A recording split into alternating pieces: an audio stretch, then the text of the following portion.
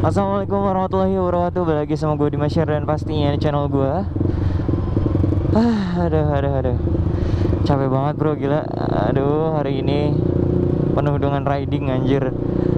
Tapi nggak apa-apa lah, gitu kan. Sekali-sekali gitu kan bro, udah jarang riding gitu kan. Sebelum gue ngebahas sebuah konten yang bakal gue bawain di video gue kali ini, gue mau nanya dulu nih ya kan, gimana kabar kalian semoga nih ya kan. Udah lama banget gue nggak bikin konten, udah nggak riding ya kan, karena musim hujan. Ketika motor udah kinclong, udah mau siap keluar riding, tiba-tiba hujan, akhirnya batal gitu loh bro. Dan juga gue harus mengurus beberapa kegiatan dan aktivitas. Ya pokoknya dinikmati aja lah bro kesibukan ini gitu kan bro. Aduh. Ya udah, oke, nggak usah bertele-tele lagi. Gue bakalan langsung ngebahas sebuah konten ya bisa dibilang agak sedikit riskan ya, karena pasti bakalan ada pro dan kontra, antara setuju dan tidak setuju gitu kan.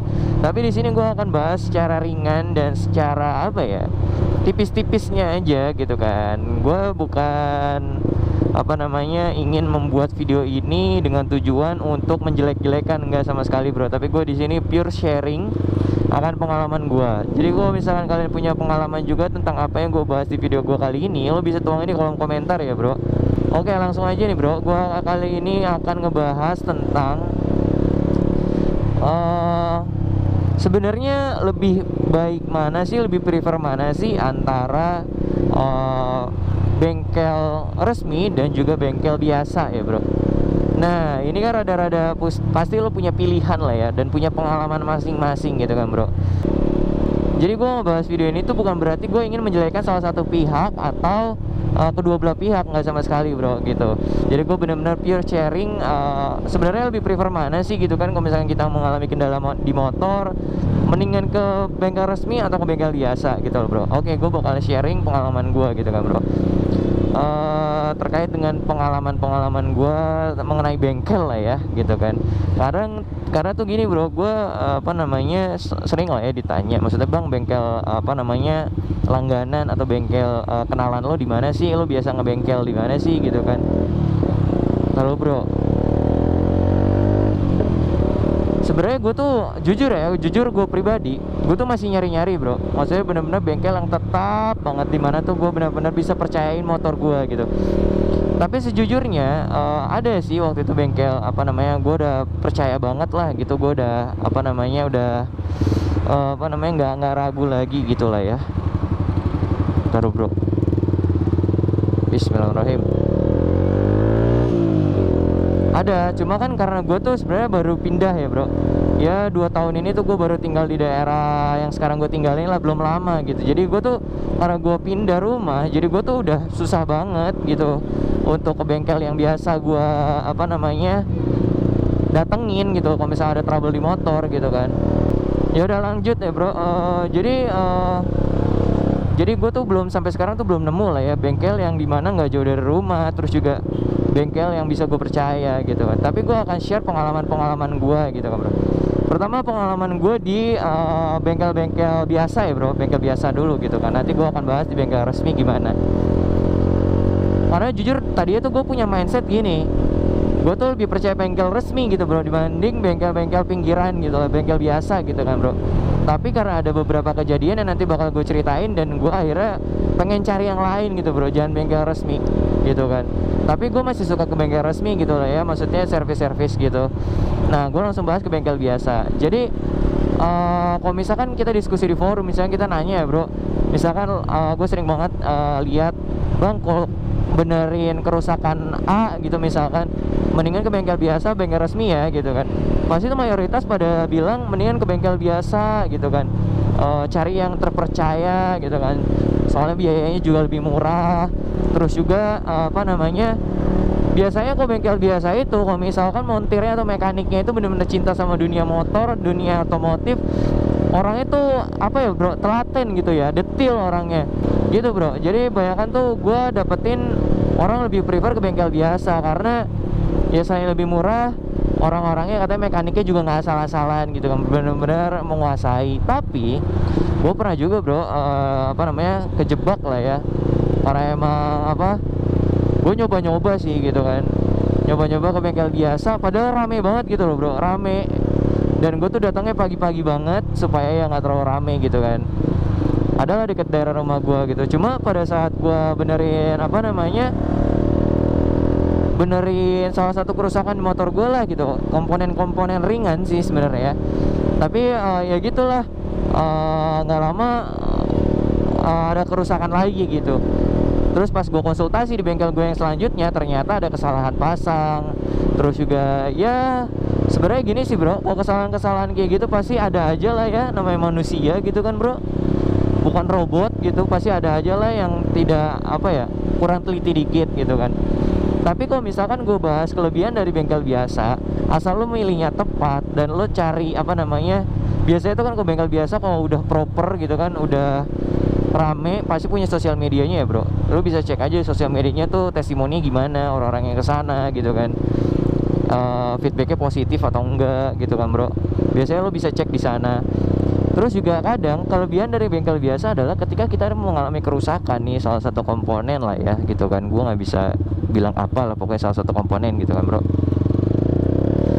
Kalau ada kerusakan tuh biasanya bengkel biasa tuh masih bisa rada-rada ngusahain buat ngakal-ngakalin gitu loh bro. Ada biasa buat rada bisa untuk ngakal-ngakalin gitu kan. Jadi nggak dikit-dikit apa-apa ganti baru gitu kan bro.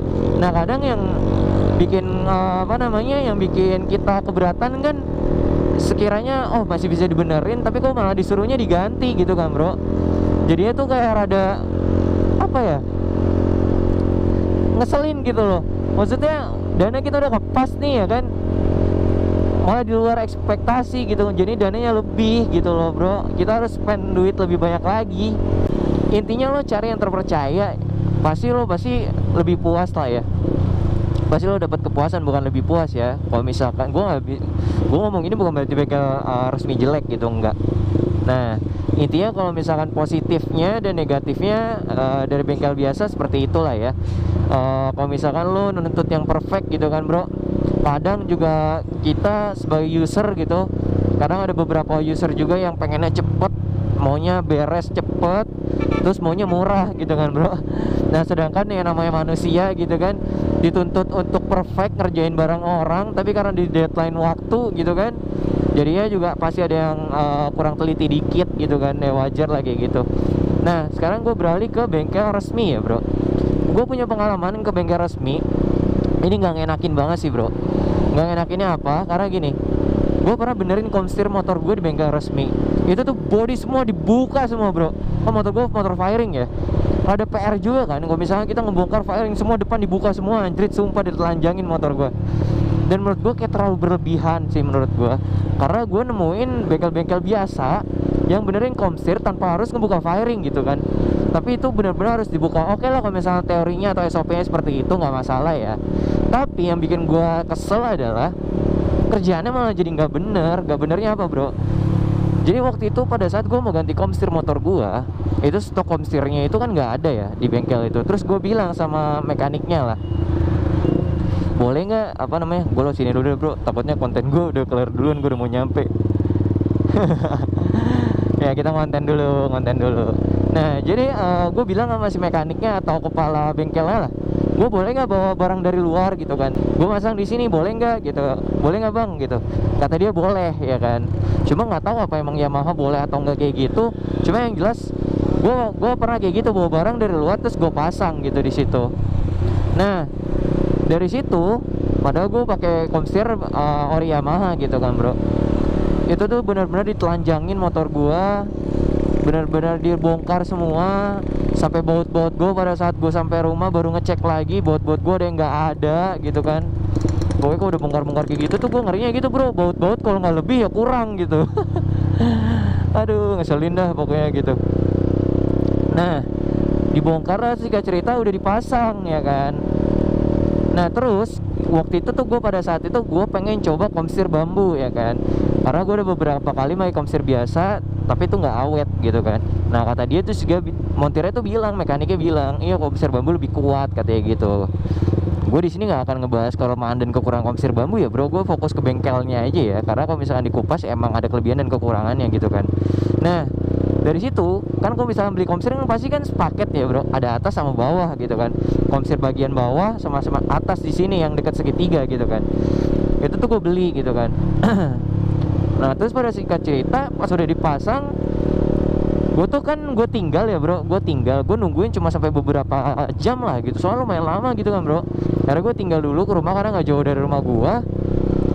Udahlah tuh beres kan, terus gue setting CO segala macem kayak gitu, ganti air radiator, itu sih nggak masalah ya, ringan-ringan.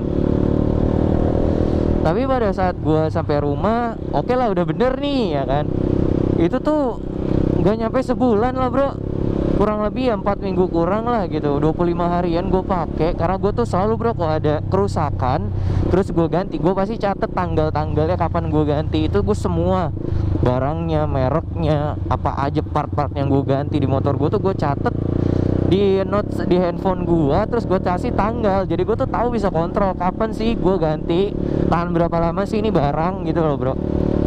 Itu semua mulai dari penggantian oli, semua gue tuh punya catatannya gitu loh bro, saking gue sedetail itu gitu loh. Nah udah gue pakai, gue ngerasa bahwa kok ada yang aneh nih kan.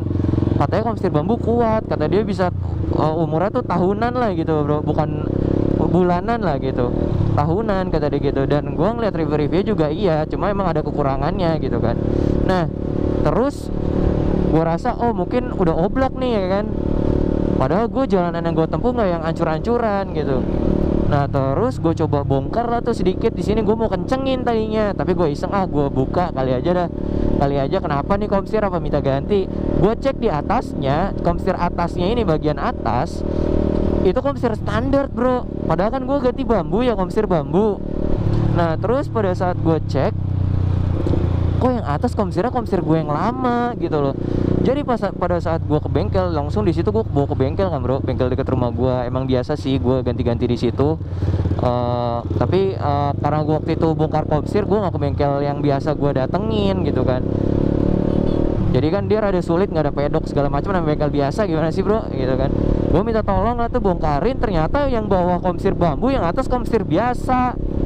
Dan itu komstir biasanya bukan komstir biasa yang baru bro, komstir biasa yang kemarin gue pakai yang udah rusak. Ternyata dia akalin doang. Nah terus yang gue bingung kenapa dia nggak ngomong gitu kan. Terus juga komstir bambu gue yang masih baru, yang bagian atas nggak dikasihin lagi ke gue. Dari situ tuh gue udah nggak percaya lagi bro gitu kan. Gue udah nggak percaya lagi. Gue bukan nggak percaya ke bengkel resmi Yamaha ya, atau bengkel resmi gitu, bukan. Tapi gue nggak percaya lagi di bengkel resmi di tempat dimana gue benerin komstir itu. Jadi itu pengalaman buruk banget lah bro. Kalau misalkan di bengkel resmi itu gue punya pengalaman gak enak tuh itu. Gue paling kesel banget. Udah gitu cara masang komstirnya tuh bener-bener digetok-getok.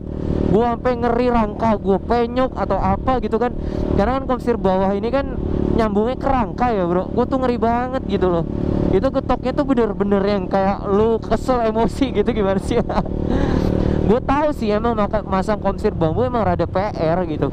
Cuma kalau misalkan caranya bener, pasti nggak akan sampai getok sebegitu kencangnya sih bro. Nah gue tuh udah khawatir aja apa rangka gue ya bermasalah gitu, apa ada yang penyok atau apa gitu. Gue tuh ngeri banget ada yang retak. Tapi semoga aja sih ya apa namanya nggak kenapa-napa rangka gue gitu kan.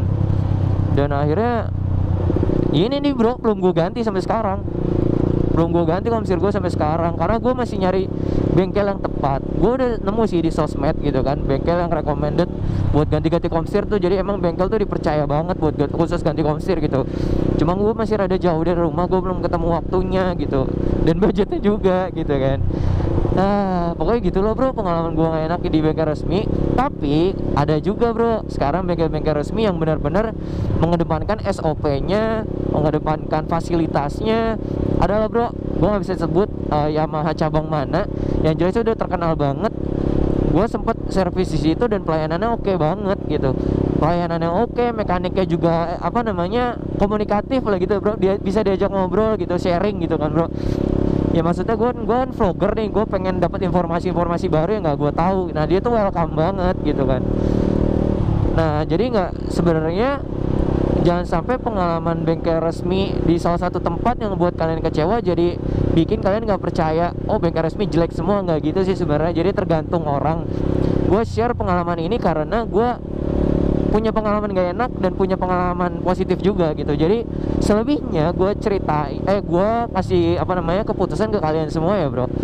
Sama sekali gue tidak menjelekan, tapi gue punya pengalaman yang benar-benar nyata yang bisa gue pertanggungjawabkan gitu loh bro. Gue nggak ngada-ngada gitu kan. Jadi itu aja sih bro konten gue kali ini, semoga bermanfaat. Mau bengkel biasa ataupun bengkel resmi, carilah yang paling recommended, yang paling kalian tahu gitu loh bro. Oke, kalau gitu konten gue sampai sini aja. Jangan lupa follow Instagram gue di @dimas.syardan. Kalau gitu gue Dimas Syardan cabut. Wassalamualaikum warahmatullahi wabarakatuh.